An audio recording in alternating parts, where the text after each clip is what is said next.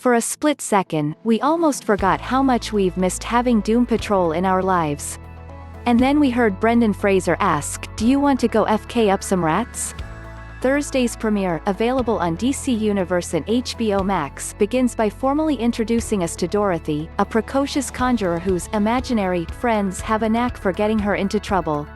When we meet Niles' daughter in 1927, she's the star of a London freak show, which advertises her as the cursed progeny of a witch and a mountain beast. We know this isn't the case, but the hungry audience will eat up just about anything, until another voice in Dorothy's head offers her a way out. By wishing herself free, Dorothy unknowingly permits her creations to slaughter dozens of circus patrons. In other words, bad things happen when this girl gets scared. We then jump to the present, where the now tiny Doom Patrol has taken up residency in Cliff's racetrack. Everyone is eager to return to normal size, but until that day comes, they're doing whatever they can to pass the time. Jane is self-medicating to avoid having to deal with her various personalities, Cliff is expelling his frustration by murdering rats, and Vic is teaching Rita to harness her abilities after expressing an interest in becoming a full-fledged superhero.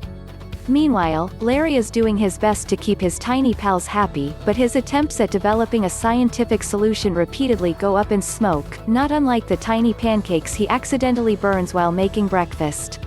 Those pancakes burning might be the saddest part of the episode. Well, maybe the second saddest, right behind Larry reading his son's obituary. Accepting that science might not be the solution to this little problem, Rita suggests summoning Willoughby for a magical intervention, but Niles won't hear any of it. That is, until Jane gives him a tall glass of truth. "You're not my friend," she tells him. "You're just a scientist who did FK'd up things to a broken girl." No longer able to deny the damage he's inflicted on his creations, Niles caves and summons Willoughby, giving a somewhat chilling performance of "Mrs. Brown, you've got a lovely daughter" in the process. He offers to hand over the Mr. Nobody painting in exchange for a growth spurt, but when Willoughby adds his necklace into the deal, Niles calls the whole thing off. Then comes trouble. Believing that Cliff has really been feeding the rats this whole time, Dorothy decides to do the same.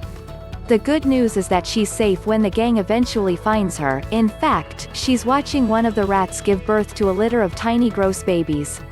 The bad news is that, as rats so often do, the mother eats the weakest member of her litter, an instantly traumatic experience for Dorothy, one that sends her into a creature-conjuring tizzy.